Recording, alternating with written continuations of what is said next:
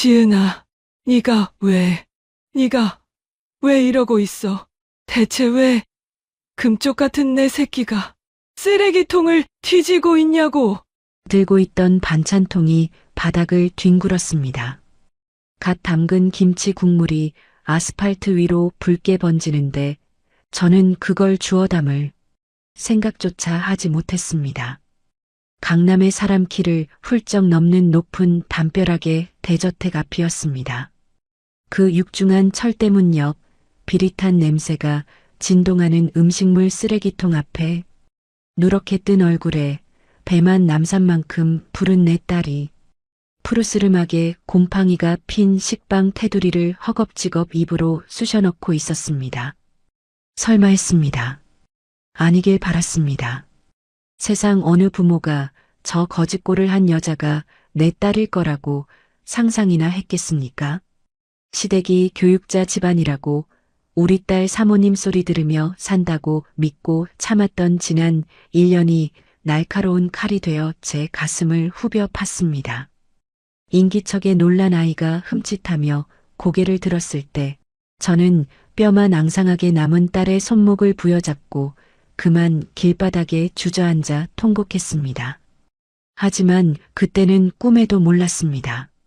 목이 메어 캑캑대면서도 빵 조각을 삼키려던 딸아이의 그 처참한 눈빛이 평생 순하게만 살아온 내 남은 인생을 송두리째 뒤흔들어 놓을 거란 사실을 말입니다. 사연 시작 전에 무료로 할 수 있는 구독과 좋아요를 눌러주시면 제게 큰 힘이 됩니다. 제 이름은 김영순, 올해 65입니다. 남들은 저를 보고 그럽니다. 시장통에서 생선 비린내 맡아가며 억척같이 돈만 번 여자라고요. 맞습니다. 남편 일찍 보내고 홀몸으로 딸 하나 키우겠다고 안 해본 고생이 없습니다. 손가락 마디마디가 굽고 허리가 휘도록 일만 했습니다. 그래도 저는 행복했습니다. 제게는 지은이가 있었으니까요. 착하고 공부 잘하는 내 딸 지은이. 그 아이가 명문대를 나오고 이름만 대면 다 아는 강남의 뼈대 있는 교육자 집안으로 시집을 갔을 때 저는 세상을 다 가진 것만 같았습니다. 엄마, 시어머니가 좀 엄하시긴 한데 다나 잘 되라고 가르치시는 거래. 걱정 마. 1년 전 결혼식장에서 딸아이는 그렇게 말하며 웃었습니다. 사돈댁은 대대로 교육재단을 운영하는 집안이라 예의범절이 칼 같다고 했습니다. 안사돈은 우아한 한복을 입고 고상한 미소를 지으며 제 손을 잡았었죠. 사돈, 귀한 따님 저희 집안 맏며느리로 주셔서 감사합니다. 부족한 게 많아도 제가 친딸처럼 데리고 가르치겠습니다. 그 친딸처럼이라는 말이 이렇게 무서운 말인 줄 그때 알았더라면 저는 결단코 딸의 손을 그 집으로 밀어넣지 않았을 겁니다. 결혼 후 딸아이는 통 연락이 없었습니다. 전화를 걸면 어머니랑 예절 교육 중이야. 다도 배우는 중이라 통화가 어려워하며 급히 끊기 일쑤였습니다. 저는 그저 부잣집 며느리 수업이 고된가 보다 무소식이 희소식이려니 하며 꾹 참고 기다렸습니다. 사돈댁 눈치 보일까봐 보고 싶은 마음을 꾹꾹 눌러 담으며 시장 좌판을 지켰습니다. 그런데 어젯밤 꿈자리가 너무 사나웠습니다. 꿈속에서 지은이가 피투성이가 된 채 맨발로 눈밭을 서성이고 있었습니다. 엄마 배고파? 하는 목소리가 너무 생생해서 도저히 가만히 있을 수가 없었습니다. 새벽같이 일어나 딸이 좋아하는 열무김치를 담그고 밑반찬을 바리바리 싸들고 첫 차를 탔습니다. 강남 터미널에 내려 그 으리으리한 동네를 물어물어 찾아가는 길. 높은 담벼락에 기가 죽으면서도 만삭이 되었을 딸아이에게 만난 걸 먹일 생각에 제 발걸음은 둥실둥실 떠다니는 것만 같았습니다. 하지만 그 대저택 앞에 도착했을 때 제가 마주한 건 상상조차 할 수 없었던 지옥도였습니다. 이리 내놔. 쓰레기통 앞에서 저는 딸아이의 손목을 낚아챘습니다. 아이는 화들짝 놀라며 몸을 비틀었습니다. 임신해서 퉁퉁 부은 손가락 사이로 곰팡이 핀 빵 부스러기가 우수수 떨어졌습니다. 엄마 아니야. 아무것도 아니야. 아무것도 아니긴. 네 입가에 묻은 그게 뭔데? 손에 쥔 거 당장 펴보란 말이야. 지은이는 마치 뺏기면 죽기라도 할 것처럼 주먹을 꽉 쥐고 버텼습니다. 하지만 영양실조로 비틀거리는 딸의 힘은 억장이 무너져 내리는 어미의 소나기를 당해내지 못했습니다. 억지로 손가락을 하나하나 펴자 그 안에서 침과 눈물에 젖어 이겨진 빵 덩어리가 드러났습니다. 편의점에서 파는 싸구려 식빵 테두리, 그것도 습기를 머금어 시퍼렇게 곰팡이 꽃이 핀 쓰레기였습니다. 이걸 먹고 있었어? 네가 돼지야? 네가 짐승이야? 시집 보낼 때 내가 뭐라 그랬어? 가서 기죽지 말고 맛있는 거 사 먹고 예쁜 옷 입고 살라고 그 돈을 바리바리 싸보냈는데 이게 뭐냐고. 꼴이 이게 뭐냐고. 제 고함의 딸아이는 어깨를 잔뜩 움츠리며 덜덜 떨었습니다. 엄마 제발 목소리 낮춰.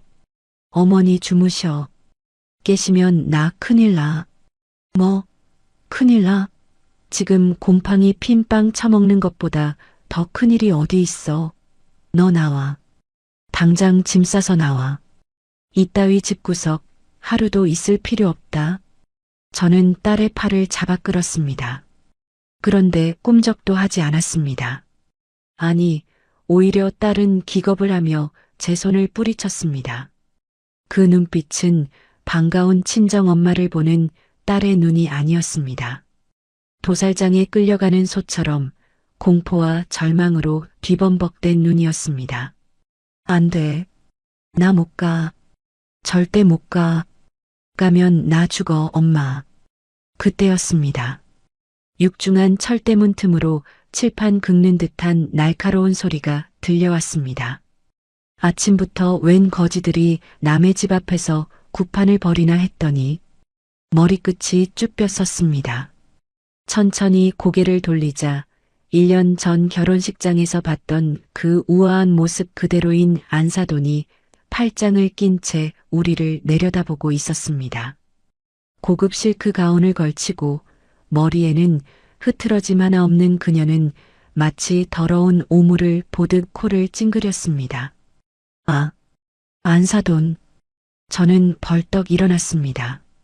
뱃속 깊은 곳에서 뜨거운 불덩이가 치밀어 올랐습니다.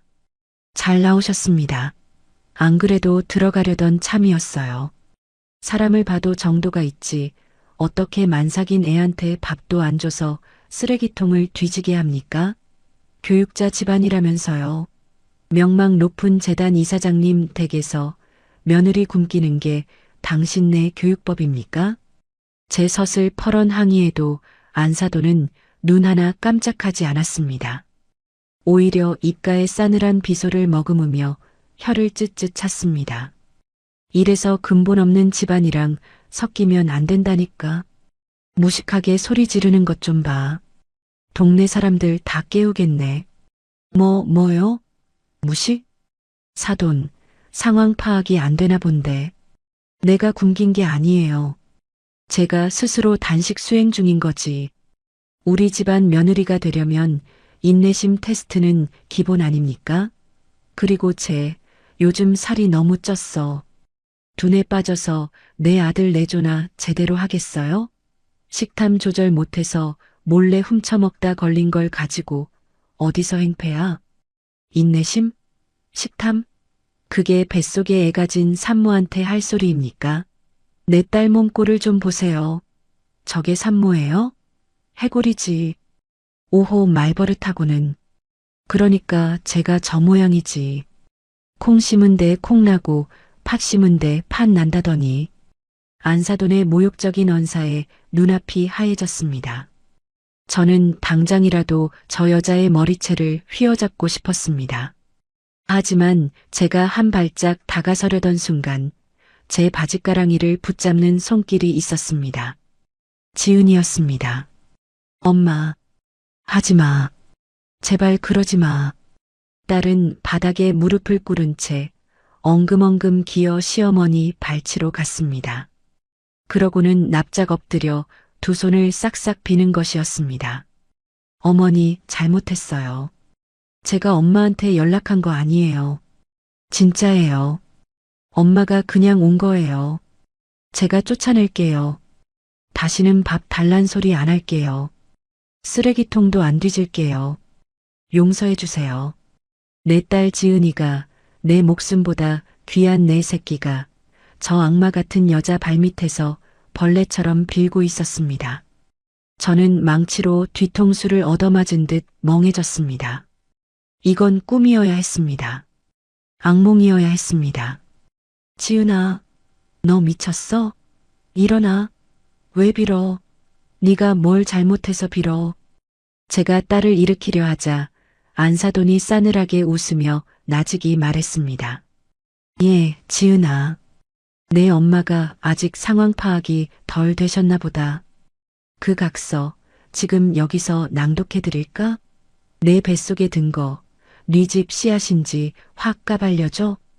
그 말은 마치 마법의 주문 같았습니다. 각서라는 단어가 나오자마자 지은이는 감전된 듯 몸을 떨며 비명을 질렀습니다. 아, 안 돼요. 어머니 잘못했어요. 시키는 대로 다 할게요. 그러더니 딸은 제 쪽을 보며 미친 사람처럼 고개를 저었습니다. 엄마가, 제발 가라고. 나 여기 있을 거야. 엄마 꼴도 보기 싫어. 당장 꺼져. 지은아. 가란 말이야. 다신 오지 마. 딸은 저를 거칠게 밀쳐내고는 열린 대문 안으로 도망치듯 뛰어들어갔습니다. 안사돈은 그 뒷모습을 보며 만족스러운 듯 입꼬리를 올렸습니다. 들으셨죠? 본인이 싫다네요. 그러게 주제 파악 좀 하고 사시지. 아, 그리고 이거 가져가세요. 냄새나니까. 안사돈은 발끝으로 바닥에 뒹구는 제 김치통을 툭 찼습니다. 빨간 국물이 묻은 플라스틱 통이 제 발치로 힘없이 미끄러져 왔습니다. 오늘 저녁도 없다. 물 한 모금도 마시지 마. 안사돈이 대문 안쪽을 향해 소리치자 쾅 하고 육중한 철대문이 닫혔습니다. 그 소리가 마치 제 가슴에 대못을 박는 소리처럼 귓가를 때렸습니다. 지은아, 문 열어. 지은아, 엄마야. 엄마가 잘못했다. 저는 닫힌 철문을 미친 듯이 두드렸습니다. 손바닥이 까지고 피가 맺히도록 두드렸지만 문은 굳게 닫힌 채 열리지 않았습니다. 높다란 담벼락 안에서는 아무런 인기척도 들리지 않았습니다. 다리에 힘이 풀려 그 자리에 주저앉았습니다. 아스팔트 위에는 내 딸이 먹다 흘린 곰팡이 핀 빵 조각이 덩그러니 놓여 있었습니다. 저는 떨리는 손으로 그 빵 조각을 집어들었습니다. 딱딱하게 굳어버린 빵. 내 딸이 그토록 먹고 싶어 했던 내 손주의 생명을 이어주던 그 하찮은 쓰레기. 그걸 손에 쥐고 가슴을 쳤습니다. 짐승처럼 울부짖었습니다. 내가 죄인이었습니다. 내가 죽일 년이었습니다. 부잣집으로 시집갔으니 잘 살겠거니 소식 없으면 잘 사는 거겠거니 하며 내 배 따뜻하게 밥 먹고 잠잤던 지난 날들이 뼈에 사무치게 후회스러웠습니다. 각서, 뱃속의 씨앗. 안사돈이 내뱉었던 그 말이 비수처럼 뇌리에 박혔습니다. 대체 무슨 약점을 잡혔길래, 무슨 짓을 당했길래 내 딸이 저토록 비굴하게 굴복했단 말입니까? 상상조차 하기 싫은 끔찍한 진실이 저 담벼락 안에 도사리고 있음이 분명했습니다. 터덜터덜 영혼이 빠져나간 사람처럼 골목을 걸어 나왔습니다. 하지만 한 걸음 한 걸음 내디딜 때마다 눈물은 말라버렸고 그 자리에 시뻘건 도끼가 차올랐습니다. 내 딸을 저 지옥 불구덩이 속에 두고 나 혼자 살 수는 없습니다.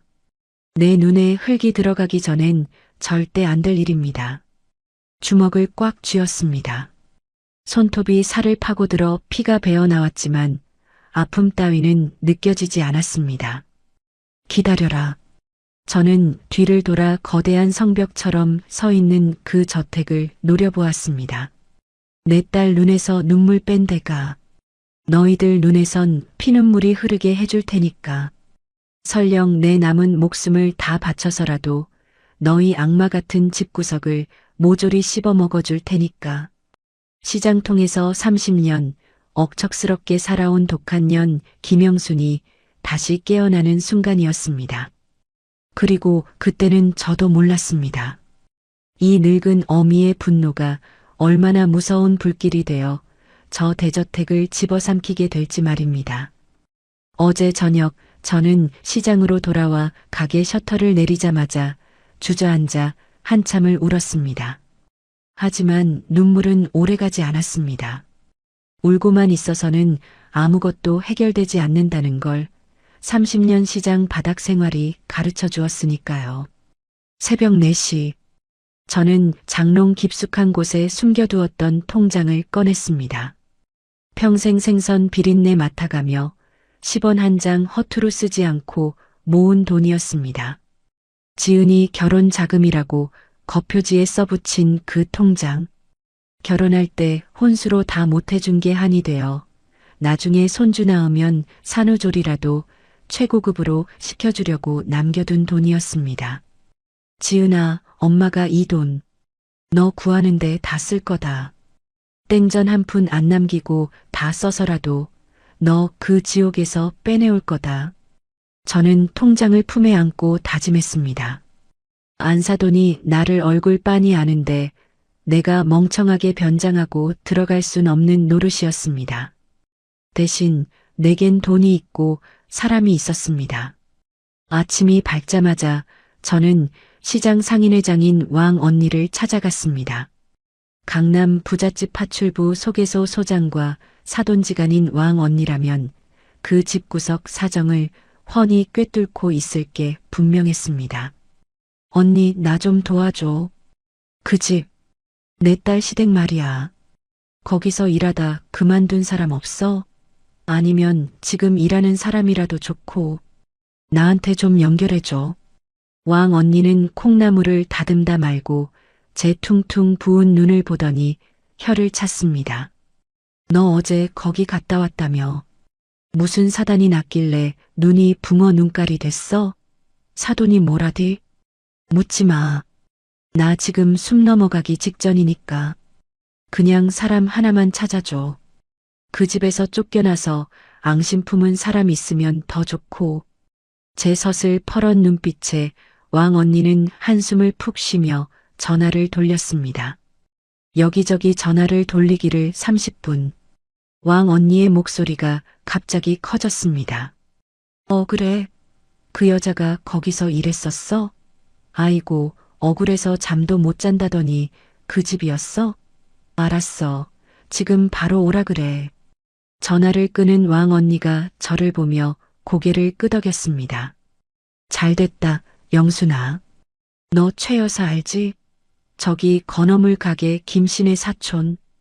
걔가 작년까지 그 집에서 일하다가 도둑 누명 쓰고 쫓겨났다네. 지금 벼르고 있대. 당장 만나러 가자. 우리는 시장 구석에 있는 허름한 순대국집으로 향했습니다. 그곳에는 깡마른 체구에 눈매가 매서운 50대 여자가 소주잔을 기울이고 있었습니다. 최 여사였습니다. 아이고, 지은이 엄마 아니여? 오랜만이네. 최 여사는 저를 보자마자 쓴웃음을 지었습니다. 저는 다짜고짜 제 딸 이야기를 꺼냈습니다. 최 여사, 나 좀 살려줘. 우리 지은이 그 집에서 어떻게 살고 있었어? 어제 갔더니 애가 뼈만 남아서 쓰레기통을 뒤지고 있더라. 도대체 안에서 무슨 일이 벌어지고 있는 거야? 제 말에 최 여사의 표정이 순식간에 일그러졌습니다. 쥐고 있던 소주잔이 부들부들 떨렸습니다. 쓰레기통?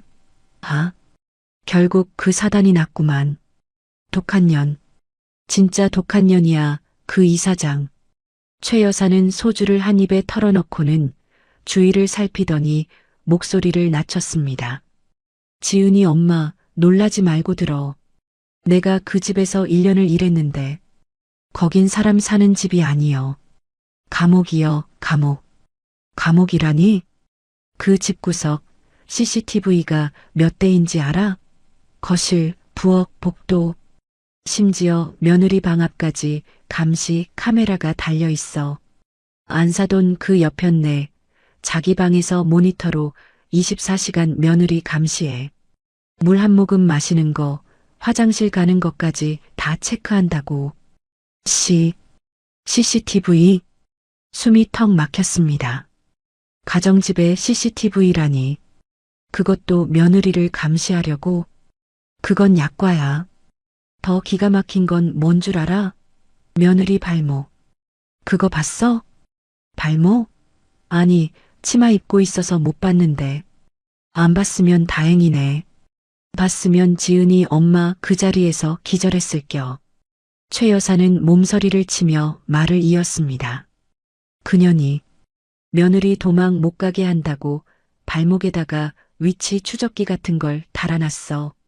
아들이 연구용으로 쓰는 거라면서 채워놨는데 그게 일정 거리 벗어나면 삐소리가 나면서 안사돈 핸드폰으로 알람이 가. 그래서 지은이가 대문 밖은커녕 마당에도 못 나가는 거야. 뭐라고? 세상이 빙글 도는 것 같았습니다. 위치 추적기? 전자발찌 같은 걸 내 딸한테 채웠다고? 어제 딸이 대문 밖으로 나오지 못하고 벌벌 떨던 게 단순히 겁이 나서가 아니었던 겁니다. 그 악마 같은 장치 때문에 1미터도 못 벗어나고 갇혀 있었던 겁니다. 그리고 밥은 왜 안 주는 거야? 임신한 애한테.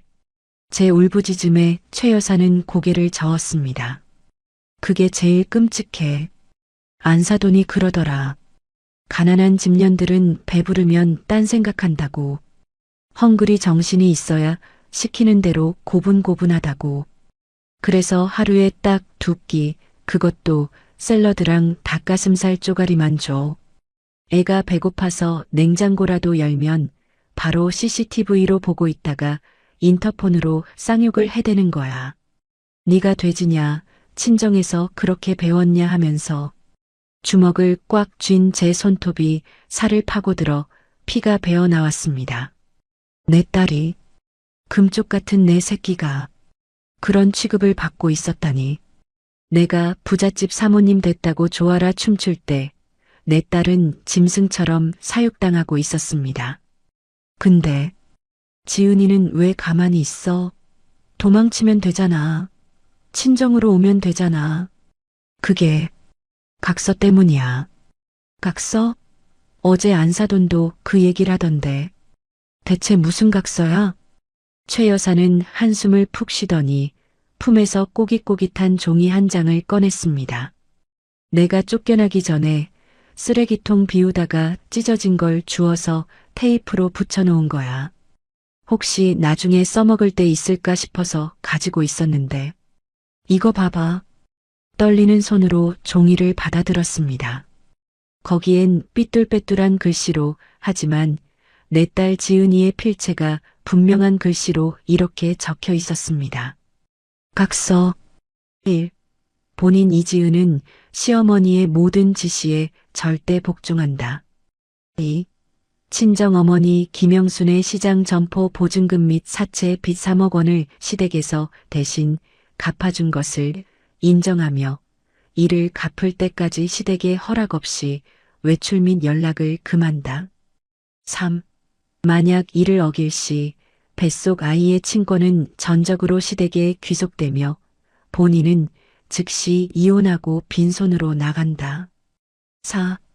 또한 본인의 부정한 행실불륜 의심에 대한 책임을 지고. 2. 이게 무슨 개소리야. 저는 탁자를 내리쳤습니다.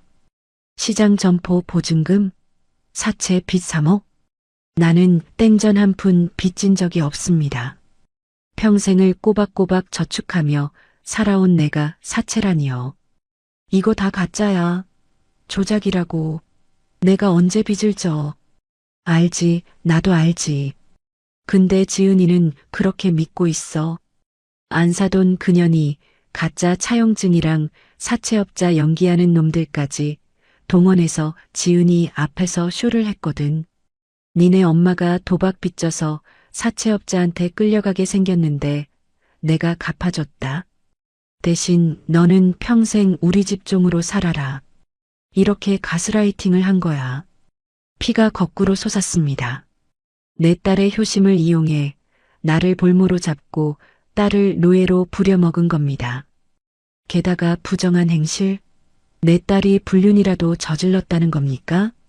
지은이가 바람이라도 피웠대? 미쳤어? 그 순둥이가 무슨 바람이야. 사위놈이 문제지. 밖에서 딴 년이랑 놀아나다가 애까지 뱉다는 소문이 파다해. 근데 안사돈이 그걸 며느리한테 뒤집어 씌운 거야. 네 뱃속에 드네 내 아들 핏줄 맞냐? 유전자 검사해보자 이러면서 협박하고. 지은이는 억울해서 죽으려고 하는데 친정엄마 빚 때문에 죽지도 못하고 저러고 사는 거야. 모든 퍼즐이 맞춰졌습니다. 왜 딸이 나를 보고도 도망가라고 했는지, 왜 쓰레기통을 뒤지면서도 비굴하게 빌었는지, 모든 게 나 때문이었습니다. 나를 살리겠다고 바보 같은 내 딸은 그 지옥 속에서 악마들에게 영혼을 팔고 있었던 겁니다. 으아. 저는 식당 바닥에 엎드려 짐승처럼 오열했습니다. 가슴을 쥐어뜯고 땅을 쳐도 분이 풀리지 않았습니다. 불쌍한 내 새끼, 미련한 내 새끼, 엄마가 뭐라고, 이 못난 엄마가 뭐라고 그 모진 고초를 다 겪고 있었니? 최 여사가 제 등을 두드리며 같이 울어주었습니다. 왕 언니도 눈시울을 붉히며 소주를 들이켰습니다. 한참을 울고 난 뒤 저는 눈물을 닦았습니다. 더 이상 눈물은 사치였습니다. 최 여사, 도와줘. 저는 품에서 통장을 꺼내 탁자 위에 올렸습니다. 이거 내 전 재산이야. 1억 좀 넘을 거야. 이거 다 줄 테니까 나 좀 도와줘. 어떻게 하려고? 지금 그 집에서 일하는 사람 누구야? 조선족 이모 한 명 있어. 돈이라면 사족을 못 쓰는 여자야. 그 여자 매수해. 돈은 달라는 대로 다 준다고 해. 대신 내 딸한테 밥 좀 먹이게 해줘. 그리고 이 엄마가 다 알고 있다고, 곧 구하러 갈 거라고 쪽지 하나만 전해달라고 해. 제 눈에서 살기가 뿜어져 나왔습니다. 내 딸 발목에 채워진 그 족쇄, 내 손으로 끊어버릴 거야. 그리고 그 줄로 안 사돈 그 여편 내 목을 조여버릴 거야. 반드시. 최 여사는 제 눈빛을 보더니 고개를 끄덕였습니다. 그래, 해보자. 나도 그년한테 당한 거 생각하면 치가 떨려. 내 복수도 할 겸 지은이 엄마 돕게. 고마워. 정말 고마워. 우리는 소주잔을 부딪혔습니다. 쨍 하는 소리가 마치 전쟁터의 신호탄처럼 들렸습니다. 지은아, 조금만 기다려. 엄마가 이제 알았어. 네가 왜 그랬는지, 얼마나 무서웠는지. 이제 엄마가 간다. 돈, 그까짓 거 다 태워버려도 상관없다. 내 목숨을 내놓아서라도 너를 그 악마들의 소굴에서 반드시 꺼내줄게. 창밖에는 비가 내리기 시작했습니다. 하지만 제 가슴 속에는 그 어떤 비로도 끌 수 없는 시뻘건 화염이 타오르고 있었습니다. 전쟁에는 군자금이 필요한 법입니다. 저는 평생 모은 통장을 깨서 현찰 5천만 원을 찾았습니다. 은행 창구 직원이 어머니, 보이스피싱 아니세요? 경찰 부를까요? 하며 말렸지만 저는 묵묵히 돈을 가방에 쑤셔 넣었습니다. 보이스피싱?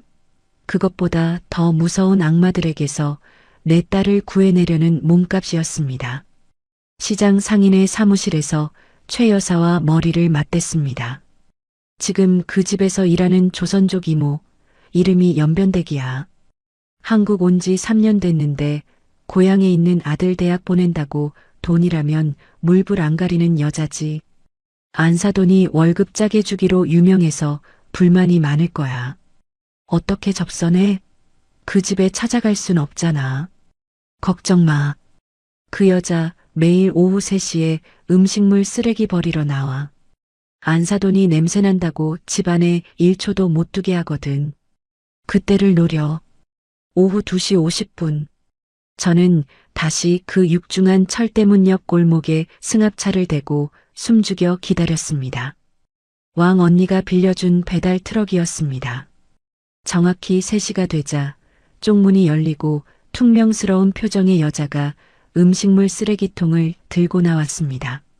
연변댁이었습니다. 저는 차 문을 열고 잽싸게 다가갔습니다. 아이고, 고생이 많으시네. 냄새나는 거 들고. 연변댁은 흠칫 놀라며 저를 경계했습니다. 누구요? 나아오. 저는 주위를 살피고는 품에서 두툼한 봉투 하나를 꺼내 그녀의 앞치마 주머니에 찔러 넣었습니다. 일단 냄새부터 맡아봐. 돈 냄새야. 연변댁이 봉투를 살짝 열어보더니 눈이 휘둥그레졌습니다. 5만원권 100장이 묶인 500만원이었습니다. 이게 무슨 성금이야. 내 딸.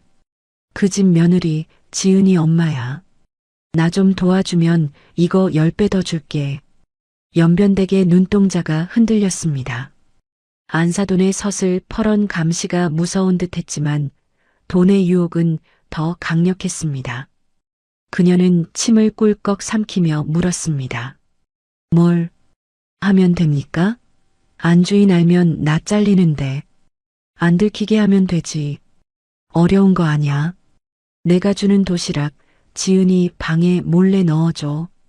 그리고 이 쪽지 지은이 손에 쥐어주고 답장 받아와. 그것뿐이야.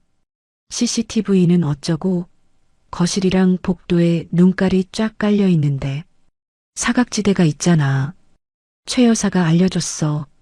세탁실 구석이랑 2층 며느리 방 옷장 뒤편. 거기는 카메라가 안 닿는데. 거기서 몰래 전해줘. 연변댁은 잠시 고민하더니 봉투를 가슴 깊이 쑤셔넣고 고개를 끄덕였습니다. 알겠소다. 대신 걸리면 난 모르는 거요. 거래 성립. 저는 차 안에 미리 준비해둔 보온병과 도시락을 건넸습니다. 새벽부터 고아낸 사골 국물과 딸이 좋아하는 멸치볶음, 그리고 꾹꾹 눌러 담은 따뜻한 쌀밥이었습니다. 그리고 도시락 뚜껑 안쪽에 밤새 울면서 쓴 쪽지를 테이프로 붙여놓았습니다. 지은아, 엄마야. 다 안다. 각서고 빚이고 다 가짜야. 엄마 빚 없어. 속지 마라. 쫄지 마라. 엄마가 지금 밖에서 너 지키고 있어. 밥심으로 버텨야 나간다. 엄마 믿고 딱 기다려. 연변댁이 도시락을 챙겨 쪽문으로 사라지는 뒷모습을 보며 저는 가슴을 쓸어내렸습니다. 부디 저 밥이 내 딸의 목구멍으로 넘어가기를, 저 쪽지가 내 딸의 죽어가던 심장을 다시 뛰게 하기를. 2시간 후 다시 만난 연변댁의 입을 통해 전해 들은 이야기는 제 가슴을 미어지게 만들면서도 동시에 뜨거운 불길을 지폈습니다. 어머니 말도 마쇼. 새댁이 진짜 굶어 죽기 직전이었나 보오. 연변댁은 혀를 내둘렀습니다. 안주인이 마사지 받는 틈을 타 몰래 방에 들어갔더니 지은이는 침대 구석에 시체처럼 웅크리고 있었다고 했습니다. 인기척에도 고개조차 들지 못할 만큼 기력이 쇠한 상태였다고요. 하지만 엄마가 보냈다는 말 한마디에 딸의 눈이 번쩍 뜨였다고 합니다. 연변댁이 옷장 뒤 사각지대로 딸을 끌고 가서 도시락 뚜껑을 여는 순간 방 안에 퍼진 구수한 밥 냄새에 딸의 눈동자가 흔들렸다고 했습니다. 쪽지를 읽는데 어우, 내가 다 눈물이 나서. 연변댁의 말에 따르면 지은이는 쪽지를 읽자마자 입을 틀어막고 꺽꺽대며 울었다고 합니다. 소리가 새어나갈까봐 이불을 뒤집어 쓰고 짐승처럼 울음을 삼켰다고요. 가짜야. 엄마 빚 없어. 그 한 줄이 1년 동안 딸아이를 옥죄고 있던 죄책감이라는 쇠사슬을 끊어버린 것입니다. 그러고는 밥을 진짜 마시듯이 먹더이다. 씹지도 않고 막 삼키는데 체할까봐 내가 물 떠먹이느라 혼났소. 그 모습을 상상하니 제 목구멍이 뜨거워졌습니다. 내 새끼가 얼마나 배가 고팠으면, 얼마나 살고 싶었으면 그랬을까요? 눈물 콧물 범벅이 된 얼굴로 허겁지겁 밥을 밀어넣는 내 딸. 뱃속의 아기를 살리겠다고, 엄마를 다시 만나겠다고 그 작은 몸으로 처절하게 버티고 있었던 겁니다. 다 먹고 나더니 새댁 눈빛이 확 달라집디다. 펜 좀 달라고 내 손을 꽉 잡는데 손아귀 힘이 어찌나 센지. 연변댁은 주머니에서 꾸깃꾸깃한 신문지 조각을 꺼내 제게 건넸습니다. 빈 도시락 통을 쌌던 신문지 귀퉁이에 급하게 휘갈겨 쓴 글씨. 내 딸 지은이의 글씨였습니다. 엄마, 미안해. 그리고 고마워. 나 이제 안 속아. 엄마 말대로 버틸게. 그리고 엄마, 그 여자가 숨기는 게 있어. 안방 금고 안에 이중 장부가 있어. 재단 돈 횡령한 거랑 남편이 여자랑 찍은 사진들. 그 여자가 그걸로 남편 협박해서 날 감시하게 시킨 거야. 금고 비밀번호는 내 생일 거꾸로 한 거야. 521. 엄마, 나 좀 꺼내줘. 쪽지를 읽는 제 손이 부들부들 떨렸습니다. 머리를 한 대 얻어맞은 것 같았습니다. 역시나 그 잘난 교육자 집안의 실체는 비리와 불륜으로 얼룩진 쓰레기장이었습니다. 사위라는 놈이 밖에서 딴짓을 하고 다닌 것도 모자라 제 어미한테 약점이 잡혀 마누라를 감시하는 게 노릇을 하고 있었다니. 천하의 짐승만도 못한 인간들. 하지만 이제 패는 뒤집혔습니다. 죽어가던 내 딸은 각성했고 적들의 가장 치명적인 약점이 내 손안에 들어왔습니다. 지은이가 보내온 이 쪽지는 단순한 답장이 아니었습니다. 그것은 적의 심장부를 찌를 수 있는 지도였습니다. 연변댁, 수고했어. 이건 보너스야. 저는 지갑에 있던 100만 원을 몽땅 꺼내 연변댁 손에 쥐어주었습니다. 내일은 더 중요한 걸 시킬 거야. 안방 금고 열 수 있겠어? 연변댁의 눈이 반짝였습니다. 돈 냄새를 맡은 사냥개의 눈빛이었습니다. 이제부터는 단순한 도시락 배달이 아닙니다. 적의 목을 칠 칼날을 벼리는 진짜 전쟁입니다. 시장으로 돌아오는 트럭 안 백미러에 비친 제 얼굴을 보았습니다. 퉁퉁 부은 눈두덩이는 가라앉지 않았지만 입가에는 서늘한 미소가 걸려 있었습니다. 안사돈, 기다려라. 내가 애지중지하는 그 금고, 내가 탈탈 털어서 세상 천지에 다 까발려주마. 내 아들이 저지른 더러운 짓거리들, 내가 빼돌린 검은 돈들, 하나도 남김없이 다 뱉어내게 해주마. 창밖에는 비가 부슬부슬 내리기 시작했습니다. 하지만 제 가슴 속에는 그 어떤 비로도 끌 수 없는 시뻘건 화염이 타오르고 있었습니다. 내 딸이 먹은 그 따뜻한 밥 한 끼가 이제 곧 너희들에게는 뜨거운 지옥불이 되어 돌아갈 것이다. 지은이가 보낸 쪽지는 단순한 SOS가 아니었습니다. 그것은 적의 아킬레스건을 정조준한 미사일 좌표였습니다. 안방 금고, 이중장부, 불륜 사진, 비밀번호 521. 이 네 가지 단어를 머릿속에 새겨 넣으며 저는 다음 작전을 설계했습니다. 이번 작전명은 빈집털이였습니다.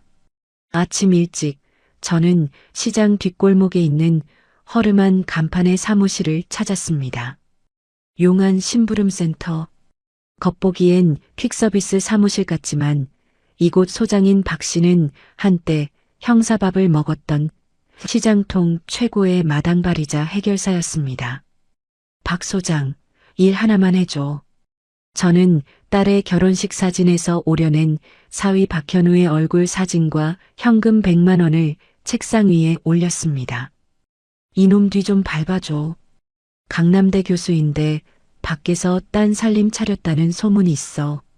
여자가 누군지, 어디서 만나는지 사진이랑 동영상 싹 다 찍어와. 박 소장은 사진을 힐끗 보더니 피식 웃었습니다. 아따, 사모님. 사위 뒷조사라니 너무 살벌한 거 아니요? 잔말 말고 해. 이거 내 딸 목숨이 달린 일이야. 제 서슬 퍼런 눈빛에 박 소장은 농담기를 싹 거두고 사진을 챙겨 넣었습니다. 알겠소다. 내일 모레까지 족보 싹 털어오리다. 외부 공격 준비는 끝났습니다. 이제 내부를 털 차례였습니다. 오후 3시 쓰레기 수거 시간. 저는 다시 연변댁과 접선했습니다. 이모, 오늘이야. 안사돈 오늘 오후에 재단 이사회 간다고 했지? 그때가 기회야. 연변댁의 얼굴이 하얗게 질려 있었습니다. 아무리 돈이 좋아도 금고를 터는 건 범죄라는 생각에 손을 덜덜 떨고 있었습니다. 어머니, 나 무서워서 못하겠소. 그거 걸리면 나 쇠고랑 차는 거 아니오? 안 걸려. 안사돈 5시에 나가서 9시에 들어온다며. 4시간이면 충분해. 그리고 내가 망 봐줄게. 만약 무슨 일 생기면 내가 다 책임져. 내가 시켰다고 하면 돼. 저는 연변댁의 손에 스마트폰 하나를 쥐어주었습니다. 이거 내가 새로 개통한 폰이야. 들어가서 금고 열자마자 안에 있는 서류랑 사진들 한 장도 빠짐없이 찍어서 나한테 보내. 그리고 원상복구 해놓고 나오면 돼. 성공하면 1억 줄게. 1억? 1억이라는 말에 연변댁의 동공이 흔들렸습니다. 고향에 있는 아들 집 사주고도 남을 돈. 그 욕망이 공포를 집어삼켰습니다. 하겠소. 까짓거 눈 딱 감고 해보겠소. 오후 5시 10분 검은 세단 한 대가 저택을 빠져나갔습니다. 안사돈이었습니다. 골목에 세워둔 트럭 안에서 그 모습을 확인한 저는 연변댁에게 신호를 보냈습니다. 지금이야. 들어가. 심장이 터질 것 같았습니다. 째깍째깍 트럭 시계 초침 소리가 귓가를 때렸습니다. 10분, 20분, 30분. 연변댁에게서 연락이 없었습니다. 혹시 비밀번호가 틀린 건 아닐까? 지은이가 잘못한 건 아닐까? 온갖 불길한 상상이 머리를 스쳤습니다. 그때 제 폰이 징하고 울렸습니다. 사진이었습니다. 금고 문이 활짝 열린 사진. 그리고 그 안에 빽빽하게 쌓인 서류 뭉치와 앨범들. 성공이었습니다. 빨리 찍어. 내용 다 보이게. 저는 떨리는 손으로 문자를 보냈습니다. 잠시 후 사진들이 쏟아져 들어오기 시작했습니다. 상록수재단 후원금 횡령 내역, 비자금 장부, 차명 계좌 리스트, 그리고 앨범 속에 끼워져 있던 사진들. 점잖은 척하던 사위놈이 새파랗게 어린 여자와 호텔 수영장에서 껴안고 있는 사진, 난 뜨거운 침대 셀카들. 더러운 인간들. 사진을 넘기는 제 손이 분노로 파르르 떨렸습니다. 이따위 더러운 비밀을 숨기려고 내 딸을 인질로 잡고 입을 막았던 겁니다. 내 딸을 감시견으로 세워두고 자기들은 뒤에서 온갖 추악한 짓거리를 다 하고 있었던 겁니다. 다 찍었어? 이제 나와. 정리하고 빨리 나와. 그런데 그때였습니다. 골목 저 끝에서 낯익은 검은 세단이 들어오는 게 보였습니다. 안사돈 차였습니다. 아직 6시도 안 됐는데? 9시에 온다던 사람이 왜 벌써? 안 돼. 저는 다급하게 연변댁에게 전화를 걸었습니다. 하지만 신호만 갈 뿐 받지 않았습니다. 금고 터느라 정신이 팔려 벨소리를 못 듣는 게 분명했습니다. 안사돈의 차가 대문 앞에 멈춰 섰습니다. 운전기사가 내려 대문을 열고 있었습니다. 이대로면 끝장이었습니다. 연변댁이 안방에서 금고 열어놓고 있다가 딱 걸릴 판이었습니다. 그러면 연변댁은 물론이고 내 딸까지 위험해집니다. 생각할 겨를이 없었습니다. 저는 트럭 시동을 걸고 엑셀을 밟았습니다. 쿵! 제 트럭이 안사돈의 세단 뒤범퍼를 그대로 들이받았습니다. 꺄! 차 안에서 안사돈의 비명이 들렸습니다. 운전기사가 튀어나왔습니다. 이봐요. 운전을 어떻게 하는 거야? 아이고, 죄송합니다. 브레이크가 밀려서. 저는 차에서 내려 짐짓 놀란 척하며 안사돈의 차 쪽으로 달려갔습니다. 안사돈이 뒷좌석 창문을 내리고 씩씩거리며 저를 노려보았습니다. 미쳤어? 눈을 어디다 두고 다녀? 내 차가 얼만 줄 알아? 다행히 선팅이 짙은 데다 제가 모자를 푹 눌러 쓰고 있어서 안사돈은 저를 알아보지 못했습니다. 저는 고개를 푹 숙이고 굽신거렸습니다. 죄송합니다, 사모님. 제가 다 물어내겠습니다. 보험 처리해드릴게요. 재수없게 정말. 기사, 빨리 처리하고 들어와요. 나 머리 아파서 쉬어야겠으니까.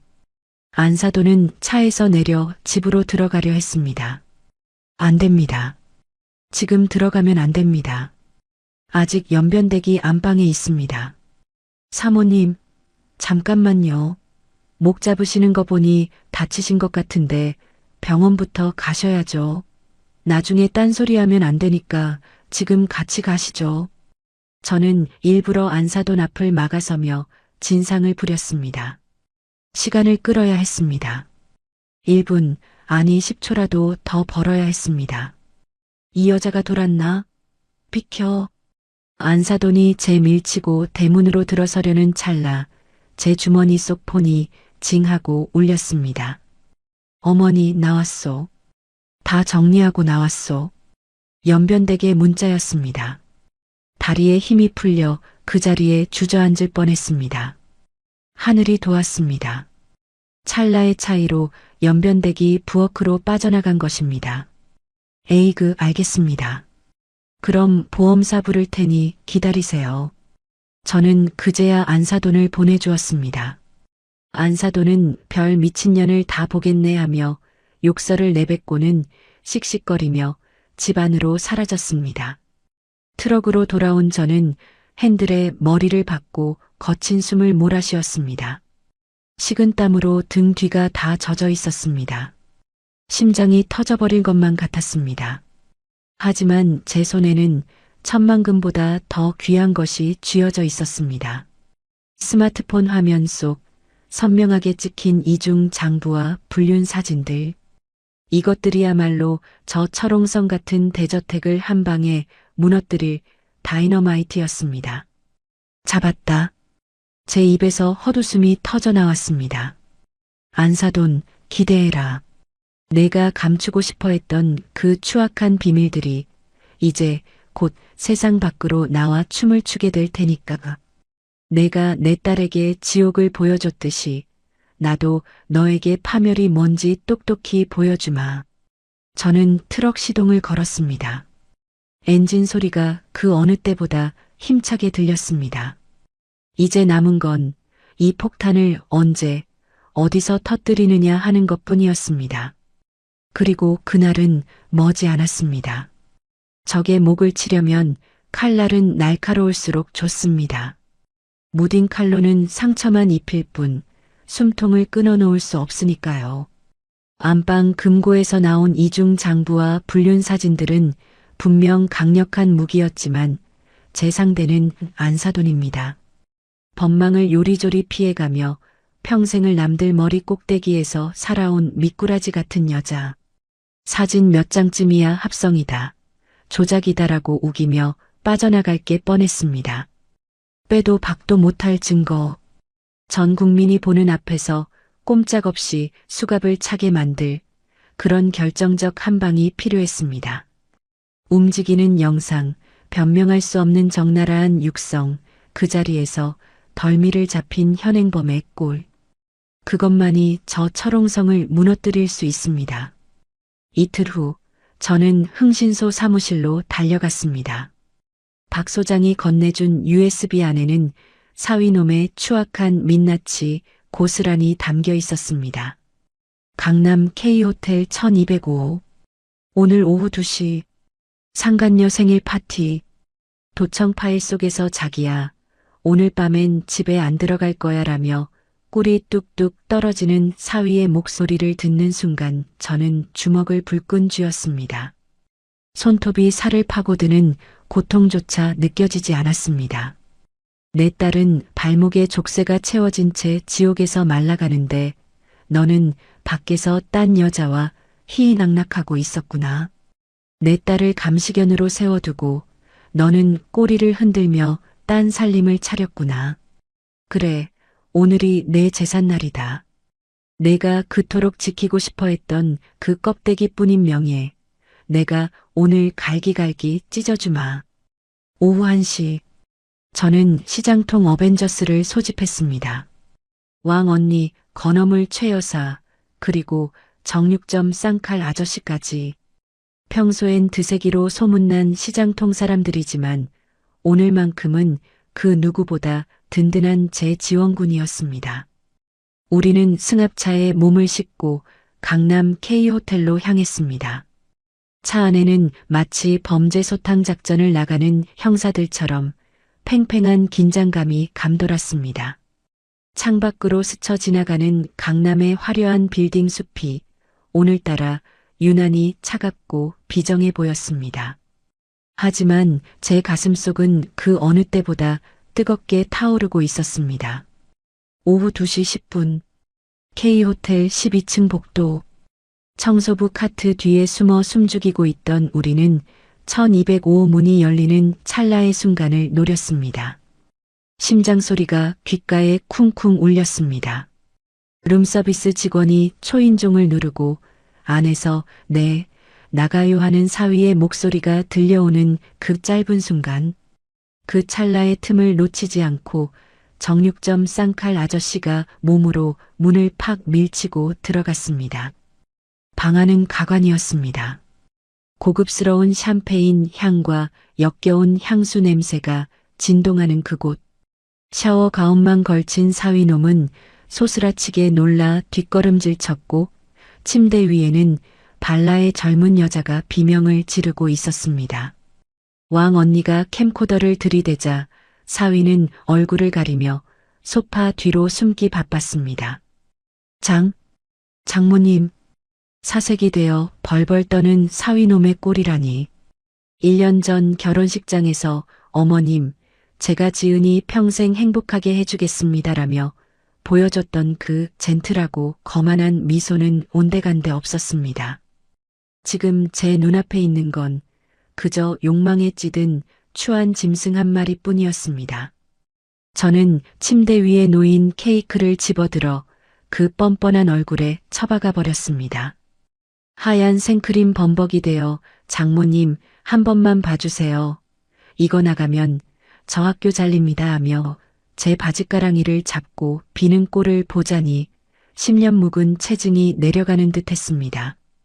아니, 오히려 더러운 오물을 뒤집어 쓴 기분이었습니다. 하지만 저는 그 손을 매몰차게 뿌리쳤습니다. 잘려야지. 암 잘리고 말고. 감방도 가야지. 내 딸 인생 망친 죄값 톡톡히 치르게 해줄게. 내가 지은이에게 씌운 그 더러운 불륜 누명, 내가 저지른 이 짓거리로 다 갚아주마. 제 손에 들린 스마트폰 속 영상은 단순한 불륜 증거가 아니었습니다. 그것은 안사돈이 그토록 지키려 했던 가문의 명예를 박살낼 핵폭탄이었습니다. 이 영상 하나면 그 오만한 모자가 쌓아 올린 모든 것을 잿더미로 만들 수 있다는 확신이 들었습니다.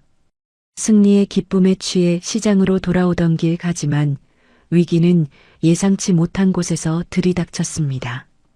핸드폰이 요란하게 울려댔습니다. 연변댁이었습니다. 평소 억척스럽던 그녀의 목소리가 수화기 너머에서 공포에 질려 덜덜 떨리고 있었습니다. 어머니, 큰일 났소. 안주인이 눈치챘소. 가슴이 철렁 내려앉았습니다. 심장이 발끝까지 떨어지는 기분이었습니다. 안사돈이 집에 들어와 금고가 열렸던 흔적을 발견한 걸까? 아니면 누군가 우리 작전을 흘린 걸까? 머릿속이 하얗게 변했습니다.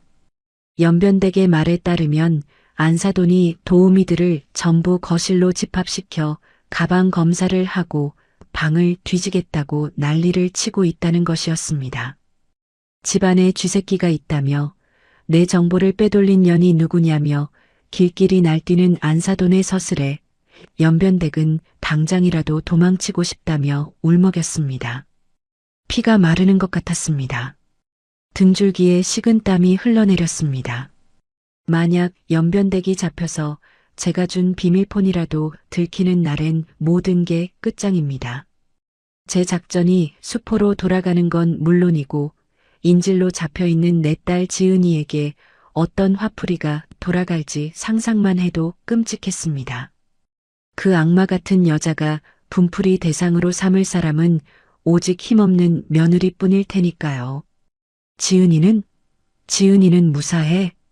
제 다급한 물음에 돌아온 대답은 제 심장을 멈추게 만들 뻔했습니다. 안사돈이 오늘 저녁밥에 수면제를 타라고 시켰다는 겁니다. 쥐새끼를 잡고 나면 며느리도 처리하겠다며 오늘 밤 무슨 짓을 꾸미고 있다는 불길한 전언. 임신한 며느리에게 수면제라니. 뱃속에 손주 따위는 안중에도 없다는 말인가요? 그 여자는 정말 사람이 아니었습니다. 껍데기만 사람인 악마였습니다.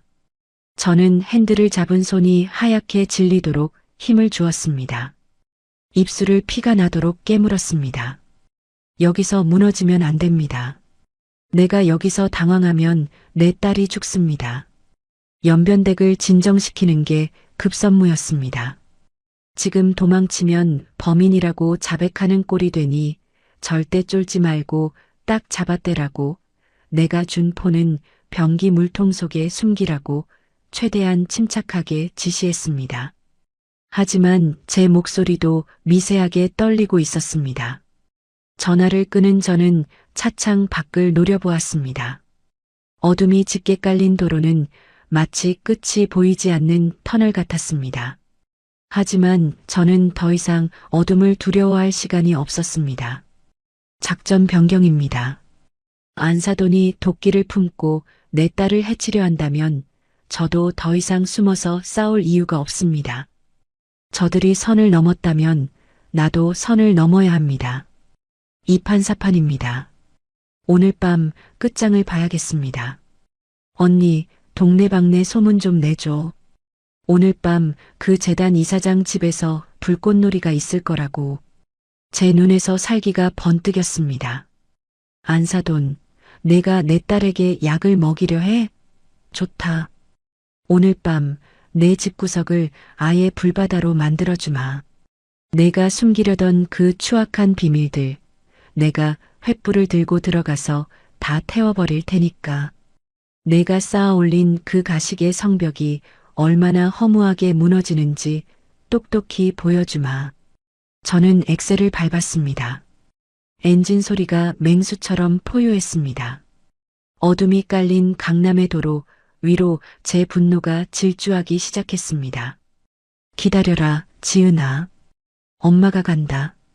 이번엔 진짜다. 저 악마들이 감히 내 새끼 털끝 하나 못 건드리게 이 늙은 어미가 온몸을 던져서라도 다 쓸어버릴 거야. 오늘 밤 강남의 밤하늘은 내가 흘린 눈물만큼이나 붉게 타오를 것이다. 더 이상 물러설 곳은 없었습니다. 적이 내 딸의 목숨을 노리고 칼을 빼들었다면 나는 그 칼을 쥔 손목을 잘라버려야 합니다. 연변댁에게서 전해 들은 안사돈의 지시는 단순한 위협이 아니었습니다. 오늘 밤 쥐도 새도 모르게 처리해. 수면제 먹여서 정신 잃으면 병원으로 보낸다고 하고 산속 요양원에 처박아 버릴 거니까. 임신한 며느리를 제 핏줄인 손주를 품은 어미를 정신병원에 감금하겠다는 그 악마의 속삭임. 그 녹음 파일을 듣는 순간 제 안의 마지막 이성이 툭 하고 끊어졌습니다. 오늘 밤, 바로 지금입니다. 내 딸을 살릴 수 있는 시간은 앞으로 고작 3시간 뿐이었습니다. 오후 8시, 저는 강남의 화려한 야경을 뒤로하고 비장한 각오로 핸들을 잡았습니다. 제 뒤로는 시장통 의리파들이 총출동한 승합차와 레카차 세대가 줄을 지어 따르고 있었습니다. 이번 작전명은 불꽃놀이. 적의 시선을 밖으로 돌려놓고 그 틈을 타 인지를 구출하는 전형적인 성동격 서전술이었습니다. 박 소장, 준비됐어? 걱정 마십시오. 동네방네 아주 시끄럽게 만들어 드릴 테니까. 오후 9시, 안사돈의 저택 앞. 고요하던 부촌의 밤거리가 순식간에 아수라장으로 변했습니다. 박 소장이 수배한 레카차 세대가 요란한 사이렌 소리를 울리며 저택 앞 도로를 점거했습니다. 삐뽀삐뽀 굉음이 울려 퍼지고 레카 기사들이 내려 서로 멱살을 잡고 가짜 싸움을 벌이기 시작했습니다. 야, 이 미친.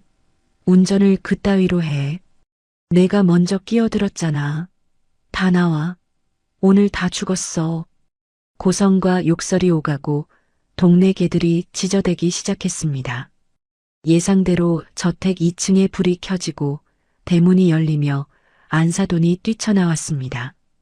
이게 무슨 짓들이야. 당장 안 꺼져? 경찰 부를 거야. 안사돈과 경비원들이 대문 밖으로 나와 레카 기사들과 실랑이를 벌이는 그 찰나의 순간 저는 무전기에 대고 짧게 외쳤습니다. 지금이야. 들어가. 저택 뒷골목에 대기하고 있던 하얀색 승합차 한 대가 움직였습니다. 겉보기엔 사설 구급차 같지만 사실은 정육점 쌍칼 아저씨의 용달차를 개조한 것이었습니다. 쪽문은 이미 매수된 연변대기 열어두었습니다. 승합차에서 내린 왕 언니와 최 여사가 들 것을 들고 뒷문으로 잽싸게 진입했습니다. 저는 골목 끝에 숨어서 트럭 백미러로 그 모든 과정을 지켜보았습니다. 심장이 터질 것 같았습니다. 1분 1초가 1년처럼 길게 느껴졌습니다. 혹시라도 안사돈이 눈치채고 돌아보면 어쩌지? 혹시라도 집안에 남은 다른 사람이 있으면 어쩌지?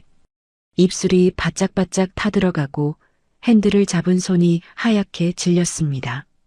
3분 후 무전기 너머로 왕 언니의 다급한 목소리가 들려왔습니다. 구했다. 태웠어. 지금 나간다. 오케이. 박 소장 빠져. 신호가 떨어지자마자 도로 위에서 멱살잡이를 하던 레카 기사들이 순식간에 차에 올라타더니 뿔뿔이 흩어졌습니다. 두고 보자. 다음에 보면 가만 안 둬. 연기처럼 사라지는 레카 차들을 보며 안사돈은 멍하니 서 있었습니다. 뭐야, 저 미친놈들은. 재수없게 정말. 안사돈이 투덜거리며 대문을 닫고 들어가는 순간 골목 반대편에서 하얀 승합차가 미끄러지듯 빠져나왔습니다. 그 차 뒷좌석에 내 딸 지은이가 타고 있습니다. 성공이었습니다. 저는 떨리는 손으로 트럭을 몰아 약속 장소인 한강둔치 주차장으로 향했습니다. 도착하자마자 승합차 문을 열어젖혔습니다. 그곳에 내 딸이 있었습니다. 병원 환자복을 입은 채 들것에 누워 가쁜 숨을 몰아쉬고 있는 지은이, 앙상하게 마른 팔다리, 퀭한 눈동자. 하지만 그 눈빛만은 살아있었습니다. 지은아, 엄마. 딸아이가 저를 알아보자마자 닭똥 같은 눈물을 뚝뚝 흘렸습니다. 저는 신발이 벗겨지는 줄도 모르고 차 안으로 뛰어들어가 딸을 와락 끌어안았습니다. 따뜻했습니다. 내 딸의 체온이었습니다. 지옥불 속에서도 살아남은 내 생명보다 귀한 내 새끼의 심장 소리였습니다. 엄마가 늦어서 미안해. 엄마가 미안해. 엄마, 나 무서웠어. 진짜 죽는 줄 알았어. 우리는 서로를 부둥켜 안고 짐승처럼 울부짖었습니다. 강바람이 차갑게 불어왔지만 제 품 안의 딸은 뜨거웠습니다. 그동안 겪었을 공포와 서름이 고스란히 전해져 제 가슴을 갈갈이 찢어 놓았습니다. 발목을 보니 족쇄가 채워져 있던 자리에 시퍼런 멍 자국이 선명했습니다. 그 자국을 어루만지며 저는 피눈물을 흘렸습니다. 이제 괜찮아. 이제 아무도 너 못 건드려. 엄마가 다 죽여버릴 거야. 너 이렇게 만든 년놈들 엄마가 산채로 씹어 먹어버릴 거야. 제 도끼 서린 다짐에 곁에 있던 왕 언니와 최 여사도 눈시울을 붉히며 고개를 돌렸습니다. 그때 딸아이가 떨리는 손으로 제 옷자락을 잡았습니다. 엄마, 나 배고파. 엄마가 해준 김치찌개 먹고 싶어? 그 말에 억장이 무너져 내렸습니다. 죽음의 문턱에서 돌아온 아이가 처음 찾은 게 고작 김치찌개라니. 천하의 몹쓸 것들. 임신한 애를 얼마나 굶겼으면. 그래, 가자. 집에 가자. 엄마가 김치찌개고 갈비찜이고 다 해줄게. 세상에서 제일 맛있는 거 다 해줄게. 저는 딸을 제 트럭 조수석에 태우고 시동을 걸었습니다. 백미러로 멀어지는 강남의 불빛들을 보며 생각했습니다. 안사돈, 지금쯤 며느리가 사라진 걸 알고 발광하고 있겠지? 어디 한번 미쳐 날뛰어봐라. 내가 찾을 수 있는 곳엔 절대 없을 테니까. 그리고 기대해라. 내 딸이 흘린 눈물 한 방울마다 피 한 방울씩 갚아줄 테니까. 이제 방어전은 끝났습니다. 내 딸을 살렸으니 이제 남은 건 무자비한 공격뿐입니다. 지은아, 조금만 자. 눈 뜨면 우리 집일 거야. 딸아이는 제 어깨에 머리를 기대고 곤히 잠들었습니다. 1년 만에 처음으로 편안하게 잠든 모습이었습니다. 그 평온한 얼굴을 보며 저는 다시 한번 전의를 불태웠습니다. 내일 안사돈의 재단 취임식이 있다고 했지? 거기가 바로 내 무덤이 될 것이다. 내가 친히 가서 축하해 주마. 내 파멸을. 딸을 구출한 그날 밤 저는 지은이를 품에 안고 한숨도 자지 못했습니다. 내 품에서 새끈새끈 잠든 아이의 숨소리를 들으며 저는 밤새도록 칼을 갈았습니다. 진짜 부엌칼이 아닙니다. 제 가슴속 깊은 곳에서 꺼내든 복수라는 이름의 시퍼런 칼날이었습니다. 지은이는 살았습니다. 하지만 전쟁은 끝나지 않았습니다. 악마들은 여전히 살아서 숨쉬고 뻔뻔하게 고개를 쳐들고 다니니까요. 다음 날 아침 TV 뉴스를 보던 저는 리모컨을 집어 던질 뻔했습니다. 화면 속 안사돈은 가증스러운 눈물을 흘리며 인터뷰를 하고 있었습니다. 제 며느리가 산후 우울증이 심해서 가출을 했습니다. 임신한 몸으로 어디 가서 잘못되기라도 했을까봐 시험이 된 입장에서 잠도 못 자고 기가 막혀서 말도 안 나왔습니다. 자기가 며느리를 죽이려 해놓고 이제 와서 걱정하는 척? 저 뱀 같은 혓바닥을 확 뽑아버려도 시원찮을 판이었습니다. 그래, 짖어라. 실컷 짖어라. 오늘이 내가 입을 놀릴 수 있는 마지막 날이 될 테니까. 오늘은 안사돈이 그토록 고대하던 재단 이사장 취임식 날이었습니다. 지역 유지들과 국회의원, 언론사 기자들까지 쫙 깔린다는 안사돈 인생 최고의 날. 저는 바로 그 자리를 안사돈의 장례식장으로 만들어주기로 결심했습니다.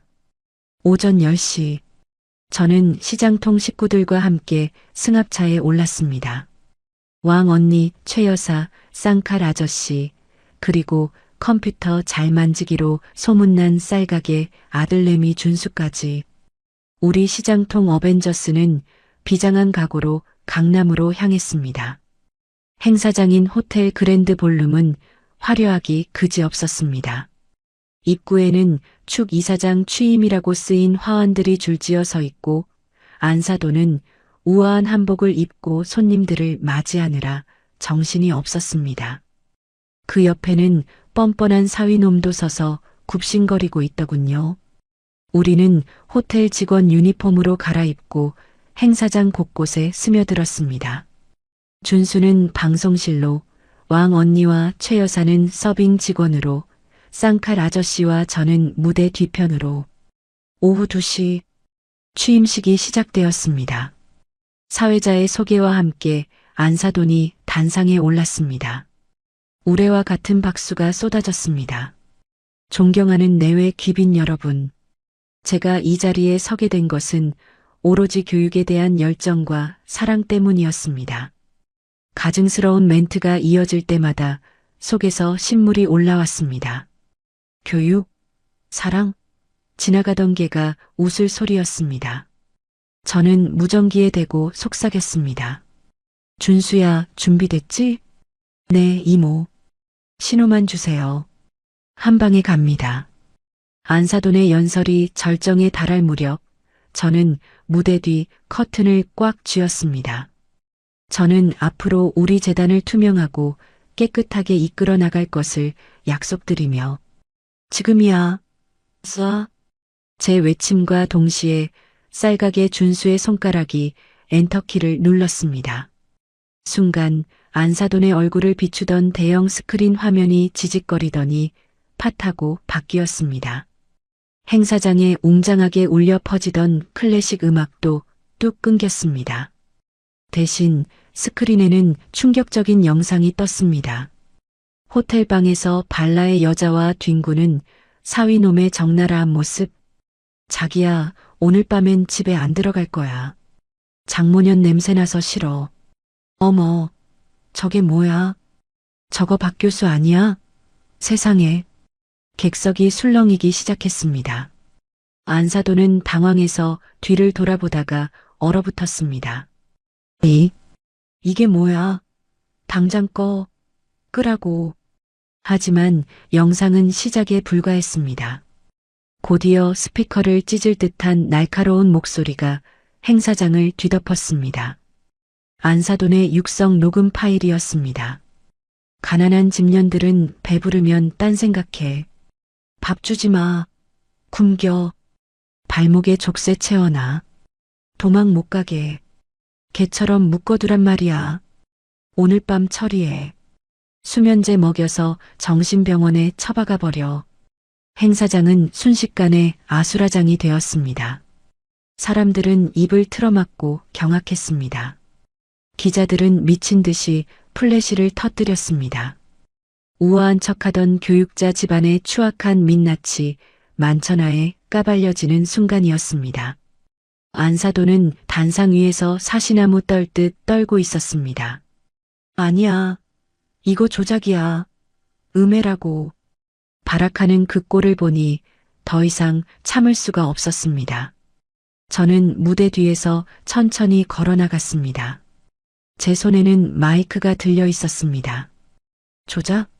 누가 조작이라고 지저대. 쩌렁쩌렁한 제 목소리에 행사장의 시선이 저에게 꽂혔습니다.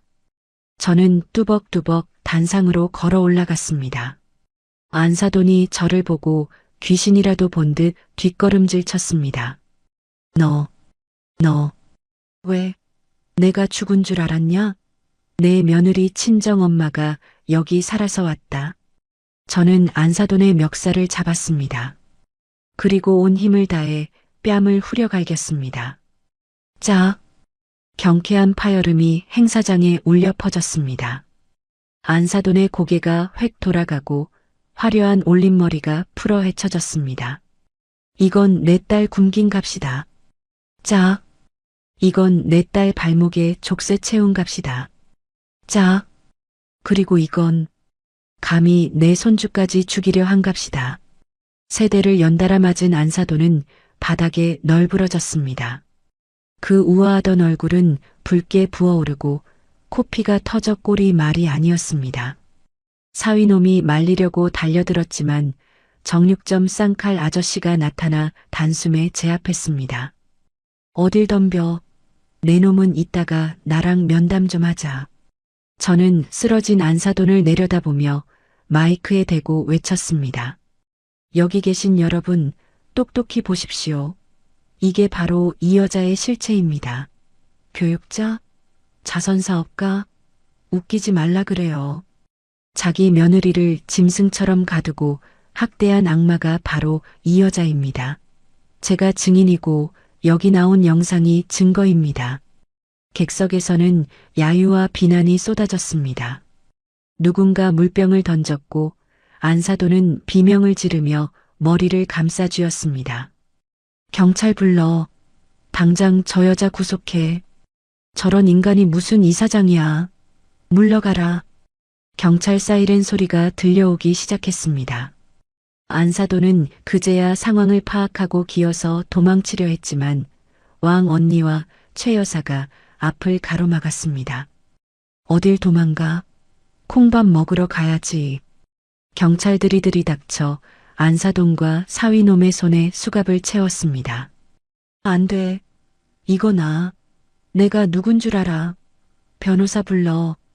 발악하며 끌려가는 안사돈의 꼴을 보니 10년 묵은 체증이 확 내려가는 것 같았습니다. 속이 다 시원했습니다. 저는 단상 위에 우뚝 서서 그 모습을 지켜보았습니다. 스포트라이트가 저를 비추고 있었지만 눈부시지 않았습니다. 제 눈에는 오직 정의가 구현되는 그 짜릿한 순간만이 보였습니다. 다리가 후들거렸습니다. 긴장이 풀리면서 온몸에 힘이 빠졌습니다. 하지만 제 입가에는 승리의 미소가 걸려 있었습니다. 지은아, 봤니? 엄마가 해냈다. 저 악마들이 무너지는 꼴, 내 눈으로 똑똑히 봤니? 이제 끝났다. 지긋지긋한 전쟁은 끝났어. 이제 우리 행복하게 살자. 행사장 밖에는 어느새 파란 하늘이 펼쳐져 있었습니다. 마치 기나긴 밤이 지나고 새로운 태양이 떠오르는 것처럼 말입니다. 저는 당당하게 걸어 나갔습니다. 시장통 식구들이 저를 향해 엄지손가락을 치켜 세우며 환호했습니다. 오늘 저는 세상에서 제일 강한 엄마가 되었습니다. 전쟁이 끝나고 포성이 멈춘 자리에 비로소 파란 하늘이 보이기 시작했습니다. 안사돈과 사위놈은 그날 행사장에서 현행범으로 체포되어 경찰서 유치장에 처박혔습니다. 그토록 고고하던 사모님과 교수님께서 쇠창살 안에 쭈그리고 앉아 있는 꼴이라니. 수의를 입고 화장기 없는 민낯으로 멍하니 앉아 있는 안사돈은 그녀가 평소 벌레라고 부르던 노숙자보다 더 초라해 보였습니다. 저는 유치장 면회실 유리창 너머로 그녀를 마주했습니다. 그녀는 저를 보자마자 도끼 어린 눈으로 유리를 쾅쾅 두드렸습니다. 아, 김영순, 이거 다 내가 꾸민 짓이지? 감히 내가 나가기만 하면 너 가만 안 둬. 아직도 상황 파악이 안 되는 모양이었습니다. 저는 픽 웃으며 준비해 온 것을 꺼냈습니다. 바로 그녀가 며느리에게 강제로 쓰게 했던 그 노예각서였습니다. 안사돈, 아니 죄수번호 3840번. 이거 기억나? 제가 각서를 유리창에 갖다 대자 그녀의 눈이 흔들렸습니다. 이 종이 쪼가리 하나로 내 딸을 1년 동안 지옥에 가뒀지? 내 딸 인생을 갉아먹고 내 손주 목숨까지 위협했지? 이제는 내 차례야. 너는 이 좁은 감방 안에서 평생 내가 저지른 죄를 곱씹으며 살게 될 거다. 이거 나. 변호사 불러. 내 아들 불러오란 말이야. 그녀가 발악했지만 그녀의 아들 박현우 교수님도 옆방 유치장에서 훌쩍거리고 있었습니다. 불륜 사실이 학교에 알려져 파면당하고 상간녀에게도 고소당해 오갈 데 없는 신세가 되었으니까요. 변호사? 내 재단 비리 다 터져서 변호사들도 손절했어. 내 아들, 제 코가 석자라 면회올 정신도 없을걸? 저는 자리에서 일어났습니다. 더 이상 그녀에게 할 말도 들을 말도 없었습니다. 잘 있어라. 내 딸은 이제 내가 지킨다. 다신 우리 앞에 나타날 생각 마. 뒤도 돌아보지 않고 나오는 제 등 뒤로 안사돈의 절규가 들려왔습니다. 으악, 안 돼. 내가 어떻게 쌓아올린 명예인데. 그 비명소리가 제겐 그 어떤 음악보다 감미롭게 들렸습니다. 계절이 4번 바뀌고 다시 봄이 왔습니다. 시장통 생선 가게 앞은 아침부터 시끌벅적했습니다. 영순네, 오늘 손주 돌잔치 한다며? 아이고, 벌써 1년이요? 세월 참 빠르네. 시장 상인들이 지나가며 한마디씩 덕담을 건넸습니다. 가게 안쪽 방에서는 고소한 냄새가 진동했습니다.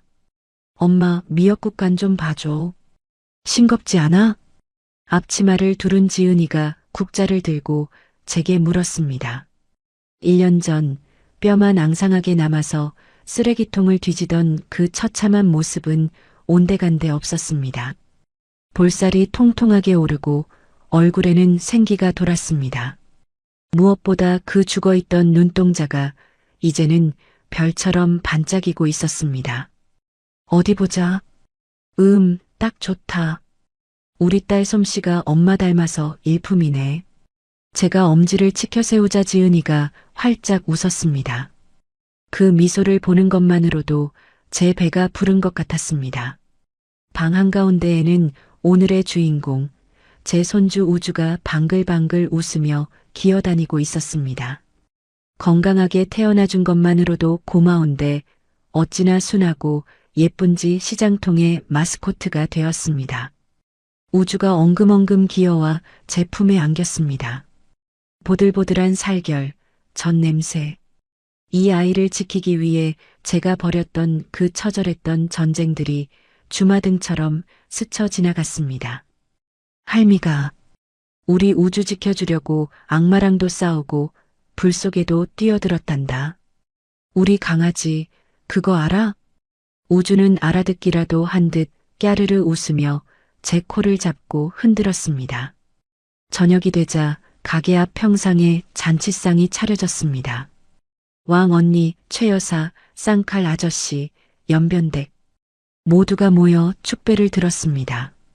자, 우리 우주의 첫 생일을 축하하며 그리고 영순이의 위대한 승리를 위하여 건배, 건배. 술잔이 오가고 웃음꽃이 피었습니다. 왕 언니가 거나하게 취해 제 어깨를 두드렸습니다.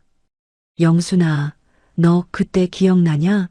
레카차 끌고 가서 깽판 치던 거. 와, 나 그때 진짜 심장 떨려 죽는 줄 알았다. 말도 마요. 난 금고 털 때 손이 덜덜 떨려서 오줌 쌀 뻔했다니까. 연변댁의 말에 모두가 박장대소했습니다. 그때는 피 말리는 작전이었지만 이제는 웃으며 말할 수 있는 추억이 되었습니다. 지은이가 조용히 제 손을 잡았습니다. 엄마, 고마워. 나 포기하지 않아줘서, 나 살려줘서. 딸아이의 눈에 눈물이 그렁그렁했습니다. 저는 그 손을 꽉 잡았습니다. 거칠고 투박한 제 손과 이제는 다시 고워진 딸의 손. 고맙긴. 엄마잖아. 내 새끼가 지옥에 있는데 어떤 엄마가 가만히 있겠니? 엄마는 다시 돌아가도 똑같이 할 거야. 내 목숨 10개를 내놓아서라도 너 지킬 거야. 밤하늘에 별이 쏟아질 듯 빛나고 있었습니다. 저 별들 중 하나는 제 남편이 내려다보며 웃고 있을 것 같았습니다. 여보, 나 잘했지? 우리 딸, 우리 손주. 내가 다 지켰어. 전쟁은 끝났습니다. 악마들은 감옥이라는 지옥에 갇혔고 우리는 시장이라는 천국에서 다시 살아가고 있습니다. 비록 생선 비린내 나고 시끄러운 시장통이지만 이곳엔 돈으로 살 수 없는 정이 있고 의리가 있고 무엇보다 사람 냄새가 납니다. 그 화려했던 강남의 대저택보다 비좁고 낡은 이 생선 가게 단칸방이 100배, 1000배 더 따뜻하고 행복합니다. 문득 1년 전 그날이 떠올랐습니다. 쓰레기통 앞에서 곰팡이 핀 빵을 먹던 딸을 보며 흘렸던 피눈물. 그때 맹세했었죠. 내 남은 인생을 걸고 너를 구하겠노라고. 약속을 지켜서 다행입니다. 엄마로서의 소임을 다해서 참으로 다행입니다. 이제 저는 더 이상 바랄 게 없습니다. 매일 아침 딸과 함께 가게 문을 열고 손주 재롱을 보며 늙어가는 것. 이 평범하고 소소한 일상이 제게는 가장 큰 승리의 트로피입니다. 여러분, 혹시 지금 힘든 싸움을 하고 계신가요? 도저히 이길 수 없을 것 같은 거대한 벽 앞에 서 계신가요? 포기하지 마세요. 엄마는 강합니다. 지키고 싶은 것이 있는 사람은 절대 무너지지 않습니다. 저 김영순이가 해냈듯이 여러분도 반드시 이길 수 있습니다. 밤바람이 시원하게 불어왔습니다. 저는 우주를 업고 자장가를 흥얼거렸습니다. 자장 우리 아가. 잘도 잔다 우리 아가. 제 등 뒤에서 느껴지는 아이의 따뜻한 체온이 제 심장을 다시 뛰게 합니다. 그래요.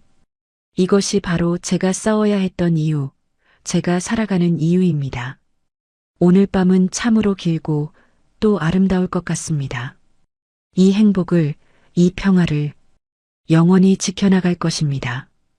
이 이야기는 한 엄마의 처절한 복수가 아니라 가족을 지키기 위한 위대한 사랑이 어디까지 강해질 수 있는지 보여주고 있습니다. 누구에게나 인생에서 견디기 힘든 고난이 찾아옵니다. 영순 씨처럼 자식이 벼랑 끝에 몰리는 절망적인 상황을 마주할 수도 있고, 지은 씨처럼 벗어날 수 없는 억압 속에 갇혀 숨조차 쉬기 힘들 때도 있죠. 하지만 중요한 건 그 어둠 속에서 주저앉지 않고 다시 일어서려는 용기입니다. 과거의 상처는 지울 수 없지만 우리에겐 소중한 사람을 위해 싸울 힘이 있고 잘못된 것을 바로잡을 미래가 있습니다. 어쩌면 여러분 주변에도 영순 씨처럼 묵묵히 누군가를 지키고 있는 분들이 계실지도 모릅니다. 혹은 여러분 자신이 지금 누군가를 위해 힘겨운 전쟁을 치르고 계실 수도 있겠지요. 오늘 이 이야기가 여러분의 지친 마음의 작은 위로와 뜨거운 용기가 되었기를 바랍니다. 앞으로도 여러분의 가슴을 울리는 진솔하고 따뜻한 이야기로 찾아뵙겠습니다. 여러분의 하루가 승리의 기쁨과 가족의 온기로 가득하길 바랍니다.